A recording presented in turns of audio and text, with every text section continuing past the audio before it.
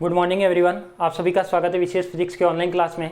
आज अपना जो टॉपिक है, देखो अपन ने द्विध्रुव आघूर्ण के बारे में पढ़ रहे थे। द्विध्रुव आघूर्ण में अपन ने अक्षीय रेखा पर जो विद्युत क्षेत्र की तीव्रता है वो निकाल ली थी, निरक्षीय रेखा पर विद्युत क्षेत्र की तीव्रता निकाल दी थी। आज हम जो बात करने जा रहे हैं वो है एक समान विद्युत क्षेत्र में द्विध्रुव पर बल आघूर्ण। यानी आपके पास इसका मीनिंग क्या है, इसको समझना है। पहले आप इसको समझना आराम से, इसका डायग्राम समझना, फिर आप इसको लिखना। तो देखो, एक समान विद्युत क्षेत्र में जो द्विध्रुव आप पर बल आघूर्ण कार्य करता है, तो सबसे पहले तो आपको ध्यान होना चाहिए कि ये बल आघूर्ण क्या होता है। क्या होता है ये बल आघूर्ण? क्या होता है? तो बल यानी किसी भी गोल वस्तु होती है, कोई भी, अब जैसे पंखा घूम रहा है, ये कैसे घूम रहा है? आपका रोटेशन में घूम रहा है। तो यदि आपके पास देखो, एक तो सिंपल बल होता है, एक बल आघूर्ण होता है। आपके पास दो वर्ड है, क्या है?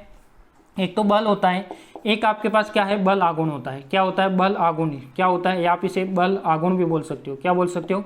बल आघूर्ण। तो देखो, सबसे पहले तो इन दोनों में डिफरेंस क्या है। तो बल होता है यदि किसी वस्तु पर नॉर्मल अपन जो बल लगाते हैं, जैसे अपन किसी को खींच रहे हैं, जैसे कूलम्ब बल लग रहा है, तो ये तो क्या है? आपका एक बल है। जबकि बल आघूर्ण क्या होता है, यदि आपने 11th क्लास में पढ़ा है कि जो कोई वस्तु गोल घूमती है, क्या घूमती है? गोल घूमती है, उसका अक्ष क्या रहता है? फिक्स रहता है। और कोई वस्तु गोल घूमती है, जैसे आपका पंखा घूम रहा है, तो इसमें क्या लगता है? हमेशा बल आघूर्ण लगता है। क्लियर? तो यहाँ पे अपना एक जो कंसेप्ट है वो क्या है आपके पास, कि एक समान इलेक्ट्रिक फील्ड है। क्या है आपके पास? एक समान इलेक्ट्रिक फील्ड है। तो देखो, मैं इसका डायग्राम बना रहा हूं, कैसे समझना है इसको। मान लिया कि ये आपके पास क्या है? एक समान इलेक्ट्रिक फील्ड है। क्या है आपके पास? ये एक समान इलेक्ट्रिक फील्ड है। तो देखो, ये मैंने इलेक्ट्रिक फील्ड बना दिया।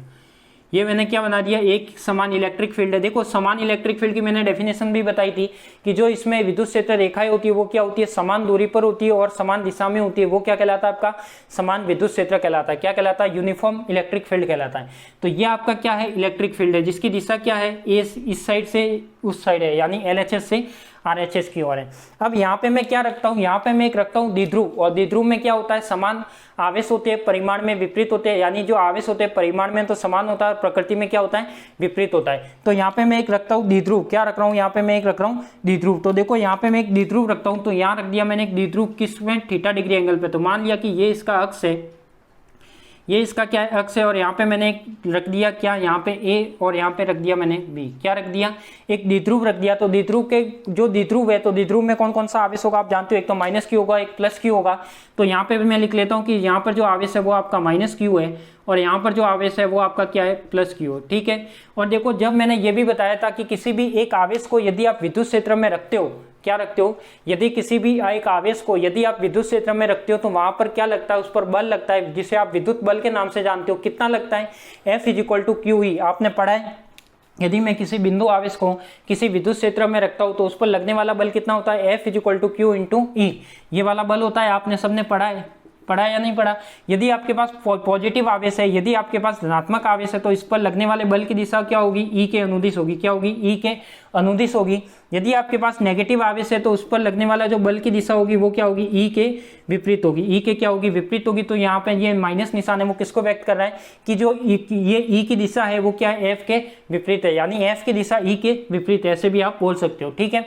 तो ये आपने कंसेप्ट पढ़ा हुआ। तो इसी कंसेप्ट में मैं देखो यहाँ पर एक बल लगा रहा हूँ कि यहाँ पे क्या था? आपका +Q आवेश था। क्या था? आपका +Q आवेश था। तो +Q आवेश को यदि मैंने एक समान विद्युत क्षेत्र E में रखा, तो उस पर लगने वाला बल कितना? F = QE।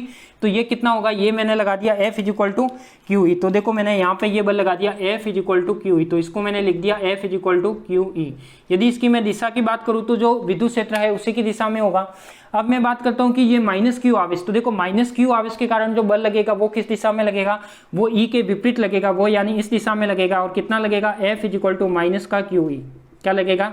F = -QE। तो ये सब आप जानते हो। क्लियर? तो यहाँ पे क्या हो गया? देखो, यहाँ पे अपन ने क्या हो गया? यहाँ पे यदि मैं परिणामी बल की बात करूं, यदि देखो F1 तो हो गया, मान लो कि इसको मैं F1 दे दूं, इसको मैं क्या दे दूं? F2 दे दूं, या फिर F1 या F2 कैसे भी दे सकते हो। एक प्लस है और एक क्या है? माइनस है। यदि मैं परिणामी बल निकालू इसका, यदि मैं क्या निकालू? इसका परिणामी बल निकालू, रिजल्टेंट फोर्स, तो परिणामी बलों का वो क्या होगा? F1 प्लस का क्या होगा? F2 होगा। क्लियर? क्या होगा? F1 प्लस का F2। तो ये क्या हो जाएगा? F1 कितना है आपके पास? देखो, F1 यदि -QE है, तो ये मैंने -QE लिख दिया, प्लस का QE लिख दिया। तो परिणामी बल कितना हो जाएगा? यहाँ पे F = कितना हो जाएगा? 0। तो परिणामी बल विद्युत द्विध्रुव के कारण कितना आएगा? विद्युत आवेश में 0 आएगा। तो देखो, विद्युत बल की जो क्रिया रेखा है उसके अनुसार देखो, परिणामी बल तो 0 आ गया। और जब ये वाला केस आता है तो यहाँ पे इस क्रिया के अनुसार क्या लगता है? एक इस साइड बल लग रहा है, एक इस साइड बल लग रहा है। मान लो आपके पास ये कोई छड़ है, मान लो ये आपके पास कोई छड़ है, ठीक है, क्या है आपके पास कोई छड़ है, एक बल है वो मैं इस दिशा में लगा रहा हूँ, इस दिशा में लगा रहा हूँ, मैंने मान लिया कि 5 न्यूटन का बल है, वो एक लड़का है वो इस छड़ को इस तरफ खींच रहा है और जो दूसरा लड़का है वो छड़ को इस तरफ खींच रहा है, तो बताओ छड़ में क्या होगा, बताओ छड़ में क्या होगा। यदि आपके पास ये कोई छड़ है, इस छड़ को एक लड़का तो इस तरफ खींच रहा है और एक लड़का इस तरफ खींच रहा है, तो ये छड़ क्या होगी, ऐसे घूमेगी, क्या होगी, ऐसे घूमेगी। यदि ये छड़ ऐसे है तो यदि ज्यादा फोर्स लगेगा तो ये ऐसे घूमेगी, यदि ज्यादा फोर्स लगेगा तो इस टाइप से घूमेगी। तो यानी दोनों पर यदि समान बल लगता है तो ये छड़ क्या होगी, ऐसे इस टाइप से घूमना चालू करेगी, क्या करेगी, घूमना चालू करेगी। तो वहां पर एक बल काम करेगा जिसका नाम क्या है आपका, बल आघूर्ण, जिसका नाम क्या है आपका, बल आघूर्ण। तो अपन कह सकते हैं कि बल आघूर्ण कहां पे लगता है, जहां पर परिणामी बल तो शून्य है बट इसकी क्रिया रेखा के अनुसार, क्रिया रेखा क्या है कि एक बल यहाँ पे लग रहा है, एक बल यहाँ पे लग रहा है, उसके कारण इस पर क्या काम करेगा, बल आघूर्ण काम करेगा। तो अपन क्या निकालेंगे, इसका बल आघूर्ण भी निकालेंगे। तो पहले आप इस डायग्राम के बारे में 2-3 लाइन लिख लीजिए। लिखिए इसमें, माना कि एक विद्युत क्षेत्र E है, इस डायग्राम के बारे में 2-3 लाइन लिख दीजिए आप पहले। माना कि एक विद्युत क्षेत्र E वेक्टर है, माना कि एक विद्युत क्षेत्र E वेक्टर है, माना कि एक विद्युत क्षेत्र E वेक्टर है,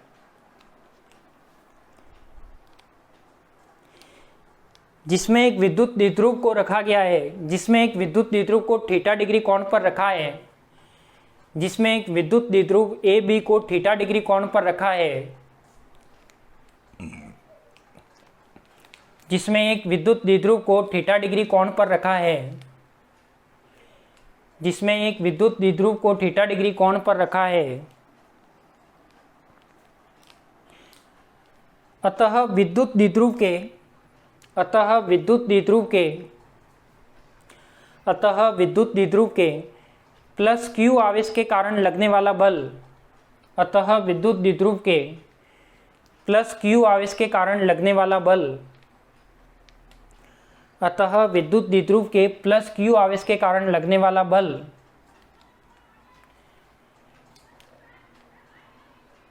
प्लस Q आवेश के कारण लगने वाला बल F equal to Q E होता है, F equal to Q E होता है। थ्योरी में लिखना है कि प्लस Q आवेश के कारण विद्युत द्विध्रुव में प्लस Q आवेश पर लगने वाला बल F equal to Q E होता है तथा इसकी दिशा विद्युत क्षेत्र के समांतर होती है, तथा इसकी दिशा E के समांतर या विद्युत क्षेत्र के समांतर होती है, तथा इसकी दिशा विद्युत क्षेत्र के समांतर होती है। अब ये तो अपन ने किसके लिए लिखा, इस प्लस आवेश के लिए। अब मैं लिखता हूं माइनस Q आवेश के लिए, तथा माइनस Q आवेश पर लगने वाला बल, तथा माइनस Q आवेश पर लगने वाला बल,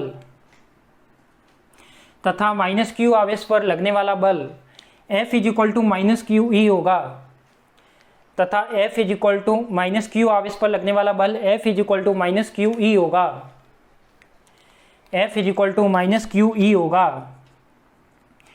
तथा इस बल की दिशा, तथा इस बल की दिशा विद्युत क्षेत्र के विपरीत होगी, तथा इस बल की दिशा विद्युत क्षेत्र के विपरीत होगी,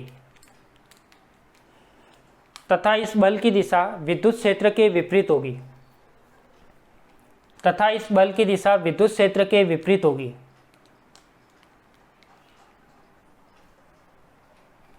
ठीक है, लिख दिया। अब आप लिख लीजिए इसका परिणामी बल, लिख लीजिए इस पर परिणामी बल करके ये लिख लीजिए। यहां पे मैं लिख लेता हूं कि द्विध्रुव पर कार्य करने वाला,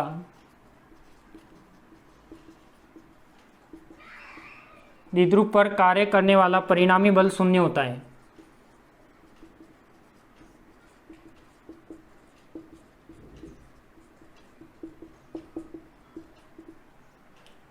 अतः द्विध्रुव पर कार्य करने वाला परिणामी बल शून्य होता है।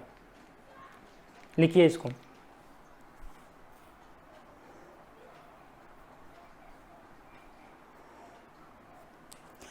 अब इसके नेक्स्ट लाइन में लिखिए। अब मैं इसमें कुछ लाइन लिखा रहा हूं। इसमें क्या लिखना है कि जो द्विध्रुव पर कार्य करने वाला परिणामी बल क्या है आपका, शून्य है। तो इस पर लिखिए द्विध्रुव पर क्रिया रेखा पर, द्विध्रुव पर इन बलों की क्रिया रेखा, ऐसे लिखना, द्विध्रुव पर इन बलों की क्रिया रेखा भिन्न भिन्न होने के कारण, द्विध्रुव पर इन बलों की क्रिया रेखा भिन्न भिन्न होने के कारण द्विध्रुव पर इन बलों की क्रिया रेखा भिन्न भिन्न होने के कारण द्विध्रुव पर एक बल आघूर्ण कार्य करता है। द्विध्रुव पर एक बल आघूर्ण कार्य करता है। यहाँ लिखना चाहूँ तो लिख दूँ कि क्या लिखूँ यहाँ पे कि जो बल की क्रिया रेखा है, बल की क्रिया रेखा भिन्न भिन्न होने के कारण यहाँ पर एक बल आघूर्ण कार्य करता है। यहाँ पर एक बल आघूर्ण कार्य करता है। बल आघूर्ण कार्य करता है जिसे टॉ से व्यक्त करते हैं। जिसे टॉ, इसको अपन क्या बोलते हैं, टॉ, ये इसका संकेत है जिसे टॉ से व्यक्त करते हैं। जिसे टॉ से व्यक्त करते हैं। क्लियर, तो ये लाइन लिख लो। इसके बाद देखो आपको क्या करना है, तो यहाँ पे मुझे निकालना है क्या, टॉ। तो टॉ निकालने के लिए क्या करूंगा, किसी भी एक बल का क्या लूंगा, एक बल का परिमाण, एक बल का परिमाण क्या लूंगा मैं, एक बल का परिमाण इंटू दोनों बलों के बीच की लंबवत दूरी, इंटू दोनों बलों के बीच की लंबवत दूरी क्या लूंगा, एक बल का तो परिमाण ले लिया, तो कोई भी एक बल लेना है तो एक बल के लिए मैंने लिख दिया क्या, F, और जो दोनों बल के बीच की लंबवत दूरी। अब ये लंबवत दूरी कहाँ पर है, देखो एक बल यहाँ पे लग रहा है, एक बल यहाँ पे लग रहा है, तो इसकी लंबवत दूरी कौन सी होगी, ये वाली। तो इसकी जो लंबवत दूरी होगी वो कौन सी होगी आपकी, ये वाली। तो यहाँ पे मैं ये बना सकता हूँ कि इसको जो लंबवत दूरी होगी कौन सी होगी, ये वाली। तो इसको मैं नाम दे देता हूँ, ये A हो गया, ये B हो गया, तो ये क्या दे देता हूँ, C। तो इसकी जो लंबवत दूरी होगी वो क्या होगी आपकी, B से लेकर C तक, क्या होगी, B से लेकर C तक। अब मुझे क्या निकालना है, यहाँ पे देखो BC की वैल्यू निकालनी है। तो BC की वैल्यू निकालनी है तो एक त्रिभुज मान के निकाल सकते हो। तो इस त्रिभुज की वैल्यू निकालनी है, BC की वैल्यू। तो देखो यहाँ पे मैं एक त्रिभुज कंसीडर कर रहा हूँ, त्रिभुज ABC में यदि मैं साइन थीटा लेता हूँ, और साइन थीटा जानते हो क्या होता है, लंब बटा कर्ण, लाल कक्का से क्या होता है, लंब बटा कर्ण। तो मुझे ये बताइए लंब कौन सा है इसमें, BC हो गया। कौन सा हो गया, जो लंब है वो कौन सा है आपका, BC है। लंब कौन सा है आपका, BC है। और नीचे क्या है, कर्ण, कर्ण क्या है आपका, AB है। क्या है आपका, AB है। तो इसको मैं ऐसे लिख सकता हूँ, BC अपॉन में AB। AB क्या है यहाँ पे, कर्ण है, और ये कर्ण क्या व्यक्त कर रहा है, एक द्विध्रुव को व्यक्त कर रहा है। इसका मतलब इसके बीच की जो दूरी होगी वो कितनी होगी आपकी, 2a होगी। वो दूरी कितनी होगी आपकी, 2a। तो दोनों द्विध्रुव के बीच की दूरी कितनी है आपकी, 2a। पहले से पढ़ते आ रहे, अगर कुछ नहीं दे रखी तो कितनी माननी है, 2a।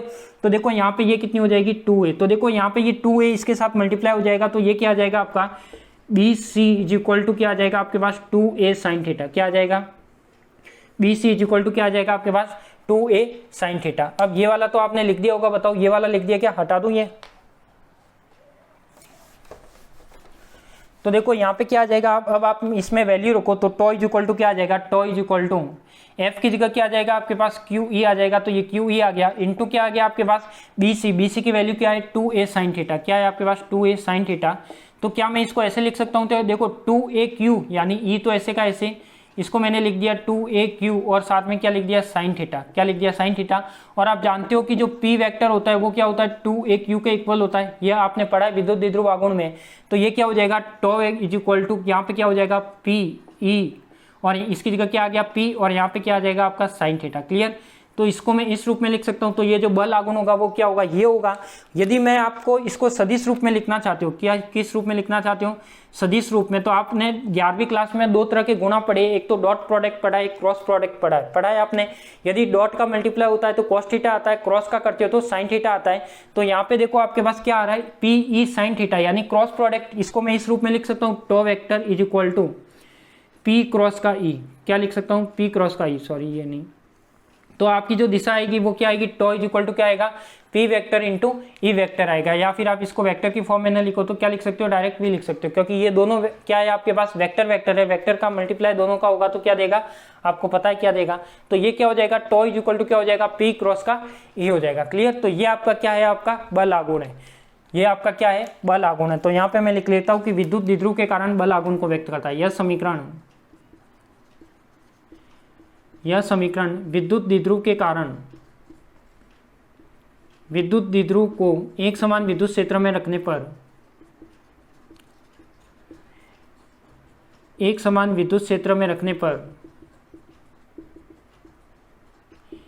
पर बल आघूर्ण को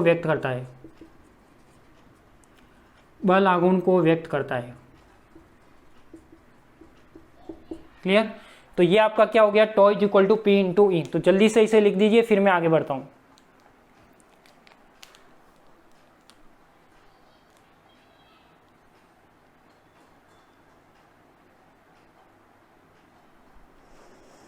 इसे जल्दी से लिख दीजिए, फिर मैं टॉ की दिशा के बारे में बताता हूँ और इसमें 2 स्पेशल केस बनेंगे वो भी बताता हूँ।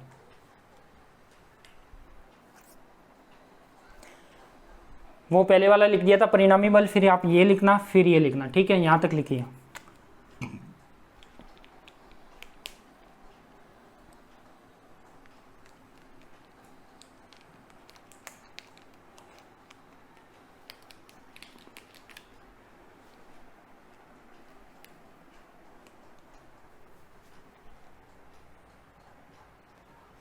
यदि कोई स्क्रीनशॉट लेना चाहता है तो स्क्रीनशॉट भी ले लीजिए।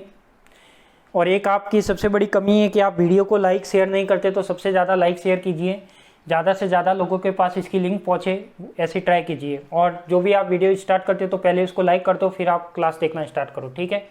क्योंकि उससे हमें भी मोटिवेशन मिलता है और मोटिवेशन से ही आपकी जो क्लास है वो रेगुलर रूप से चलती है।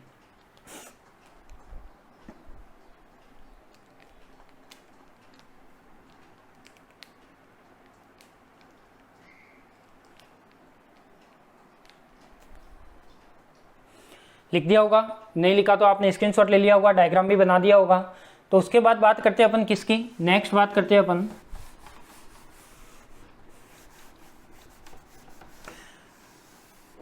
अब देखो मैं यहाँ पे क्या लिखता हूँ। अब मैं यहाँ पे लिखता हूँ कि जो टॉ की दिशा है, जो टॉ की दिशा है, टॉ की दिशा क्या होगी, देखो P और E दोनों क्या है, वेक्टर है, यानी दोनों के क्या होगी, लंबवत होगी। यानी टॉ की दिशा P व E वेक्टर के लंबवत होगी।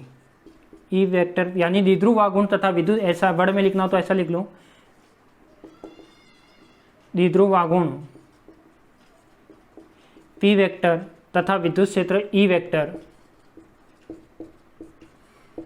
विद्युत क्षेत्र ई वेक्टर के लंबवत होगी। विद्युत क्षेत्र ई वेक्टर की क्या होगी, लंबवत होगी। क्लियर। तो ये आपका हो गया। अब अपन बात करते हैं कि इसकी कोई विशेष स्थिति देखते हैं। क्या देखते हैं, विशेष स्थिति। तो देखो विशेष स्थिति में क्या देखना है आपको कि यदि मैं फर्स्ट केस लेता हूं कि यदि थीटा इज इक्वल टू क्या ले लूं, 0 ले लूं। क्या ले लूं, थीटा इज इक्वल टू 0 ले लूं। थीटा का 0 का मतलब क्या होगा कि ये आपके पास जो द्विध्रुव आघूर्ण था, ये था क्या था, आपका द्विध्रुव था। इस द्विध्रुव का थीटा इज इक्वल टू 0 का मतलब क्या हुआ, ये थीटा डिग्री कितना है आपका, 0। 0 का मतलब क्या, ये इस अक्ष के समांतर हो जाएगा। ये ऐसे ना होकर अब कितना हो जाएगा, ये हो जाएगा। तो जब ये वाला केस है वो यदि ऐसे हो जाता है, थीटा इज इक्वल टू 0, मतलब ये थीटा ना होकर कितना है, 0 है, तो ये वाला द्विध्रुव ये ऐसे हो जाएगा। जब ये ऐसे होगा तो आपका टॉ कितना आएगा, तो क्या होगा, यदि थीटा इज इक्वल टू 0 है तो जो विद्युत द्विध्रुव होगा वो कितना होगा, PE sin 0 डिग्री। क्या होगा, PE sin 0 डिग्री, और sin 0 की वैल्यू क्या होती है, 0। तो मैं कह सकता हूँ कि ये क्या होगा, आपका टॉ मिनिमम का केस होगा, यानी इससे कोई भी कम केस नहीं हो सकता। तो ये क्या हो जाएगा, टॉ मिनिमम इज इक्वल टू क्या हो जाएगा आपका 0। ठीक है, मिनिमम न लिखो तो कोई बात नहीं। उसके बाद यदि दूसरा केस लिखता हूँ मैं, थीटा इज इक्वल टू क्या हो आपके पास 90 डिग्री हो। क्या हो, theta is equal to 90 degree हो। दोनों स्पेशल केस है, ये फर्स्ट है ये दूसरा है। जब theta is equal to 90 degree का मतलब क्या हो गया, theta is equal to 90 degree का मतलब हो गया कि ये जो द्विध्रुव है ये क्या हो, अब ऐसे ना होकर क्या हो, इसके ऐसे हो, यानी इस अक्ष के क्या हो, ई के ऐसे हो, परपेंडिकुलर हो। तो आपका क्या हो जाएगा, देखो यहाँ पे क्या हो जाएगा, tau is equal to PE क्या होता है sin 90, और sin 90 की वैल्यू क्या होती है 1। तो ये तो आप जानते हो कि इसकी वैल्यू क्या आती है, tau maximum is equal to PE। Clear. तो यहाँ पे यदि इसको वर्ड में लिखना चाहो तो क्या लिखोगे, थीटा इज इक्वल टू 0 का मीनिंग क्या है यहाँ पे कि जब विद्युत द्विध्रुव को, फर्स्ट लाइन में क्या लिखते हो, यहाँ इस केस में लाइन लिख लेना कि जब विद्युत द्विध्रुव को विद्युत क्षेत्र के समांतर हो, जब विद्युत द्विध्रुव विद्युत क्षेत्र के समांतर हो, जब विद्युत द्विध्रुव विद्युत क्षेत्र के समांतर हो, तब क्या होता है, थीटा इज इक्वल टू 0। और इसमें क्या लिखोगे, जब विद्युत द्विध्रुव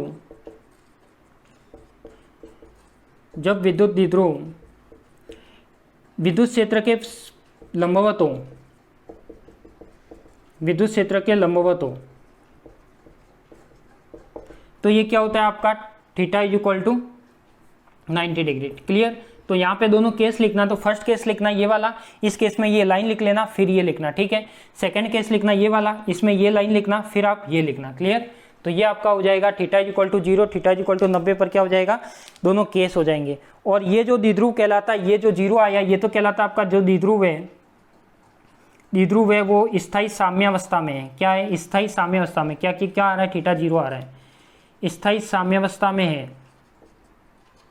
तथा यह द्विध्रुव अस्थायी साम्यावस्था में है।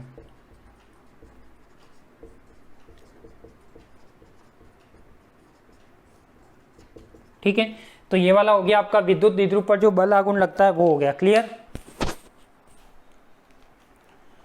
तो इसको आप लिख दीजिए। तो आप इसको लिख सकते हो, देखो ये लिख दिया, डेरिवेशन कर दिया, उसके बाद ये केस लिख दिए, ये वाली लाइन ऊपर लिख लेना, उसके बाद ये कंडीशन। सेकंड केस में क्या लिखोगे? जब विद्युत द्विध्रुव विद्युत क्षेत्र के लंबवत होता है, यानी जब कितना होता है थीटा इक्वल टू 90 डिग्री, तब आपका टॉ क्या आता है? मैक्सिमम आता है, पीई आता है। यदि आप क्या है विद्युत क्षेत्र के समांतर है तो टॉ क्या आता है आपका? 0 आता है। क्लियर? तो ये यहाँ से आपको पता लग गया। तो देखो डायरेक्ट मैंने रिजल्ट ये लिखा था। स्पेशल कंडीशन किसे कहते हैं? विशेष स्थिति किसे कहते हैं? कि इसी में मैंने क्या रख दिया? डायरेक्ट थीटा का मान रख दिया, और थीटा का जैसे ही मान रखा तो इन दोनों का मतलब क्या हो गया? अलग अलग हो गया। यदि थीटा इज इक्वल टू 0 रखा है, मतलब थीटा इज इक्वल टू 0 रखने का मतलब है ये द्विध्रुव है, अक्ष के क्या हो गया? इस से समांतर हो गया, यानी विद्युत क्षेत्र के समांतर हो गया। और यदि जो टॉप ये विद्युत द्विध्रुव है, यदि ये ऐसे होता तो ये क्या? ई के परपेंडिकुलर यानी लंबवत होता। ठीक है, तो ये आपका क्या था? एक समान विद्युत क्षेत्र में द्विध्रुव पर बल आघूर्ण। अब देखो इसमें जो आपके पास, पहले ये लिख लो, मैं आपको 2 मिनट का टाइम देता हूं, फिर मैं आपको कुछ कहता हूं। लिख लीजिए इसे जल्दी।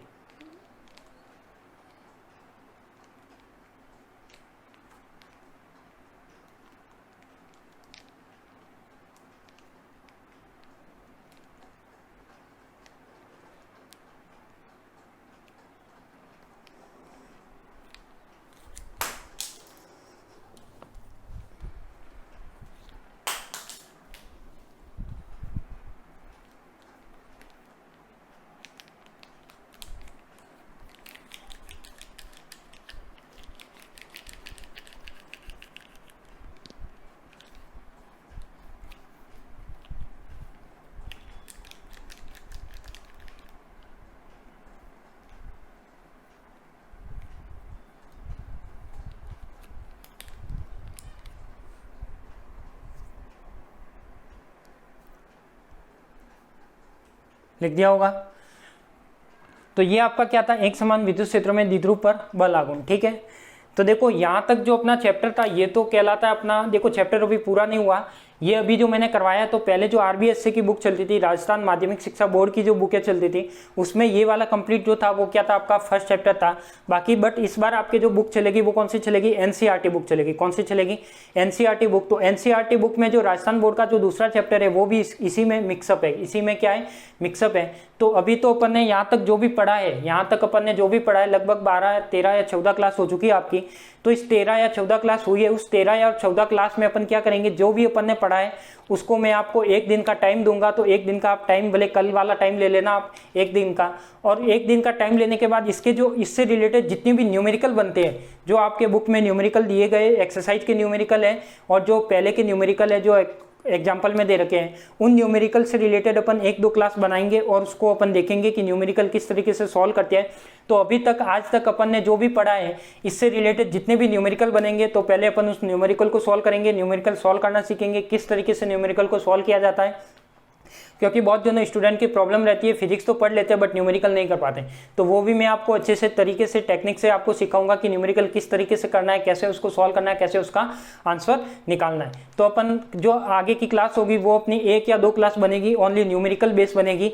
तो अपन ने जहाँ तक आज तक जितने भी 13 या 14 क्लास में जितना भी मटेरियल पढ़ा है वो आप एक बार कंप्लीट रिविजन करके रखिएगा। उस 13 या 14 क्लास का कंप्लीट रिवीजन करके रखिएगा, कल का टाइम ले लीजिए और पूरा उसका रिवीजन करिए। फिर जो परसों वाली क्लास आएगी आपकी, उसमें अपन न्यूमेरिकल को सॉल्व करेंगे। ठीक है, तो मिलते हैं अपन नेक्स्ट क्लास में। आप सभी को धन्यवाद। 2 न्यूमेरिकल की क्लास लेंगे, उसके बाद अपन वापस इसके नेक्स्ट जो विद्युत फ्लक्स वाला है वो स्टार्ट करेंगे। ठीक है, तो आप सभी को धन्यवाद, और ज़्यादा से ज़्यादा वीडियो की जो लिंक है वो ज़्यादा से ज़्यादा आपके क्लासमेटों तक पहुंचाइए। ज़्यादा से ज़्यादा लाइक कीजिए, शेयर कीजिए और कमेंट करके बताइए कि हमको वीडियो कैसा लग रहा है, क्या समझ में आ रहा है, क्या नहीं आ रहा। यदि कुछ प्रॉब्लम है, यदि कुछ पूछना है, तो मैंने क्लास का नंबर दे रखा है आपको, उस क्लास में के नंबर पर आप व्हाट्सअप कर सकते हो। क्लास का नंबर 7877763122, ये मेरे पर्सनल क्लास का ही नंबर है, सुबह से शाम तक चालू रहता है। तो आप इस पर व्हाट्सअप से मैसेज कर सकते हो, जब भी मैं फ्री रहूँगा आपका रिप्लाई दे दूंगा। ठीक है, क्लियर? तो आप सभी को गुड बाय, आप सभी अपना ध्यान रखिएगा। मिलते हैं अपन कल वाली क्लास में। तो कल तो आपको रिवीजन करना है और परसों अपन क्या करेंगे, इसके न्यूमेरिकल करेंगे। जो भी अपन ने 13 क्लास में पढ़ा है सब कुछ इसका क्या करेंगे, न्यूमेरिकल करेंगे। ठीक।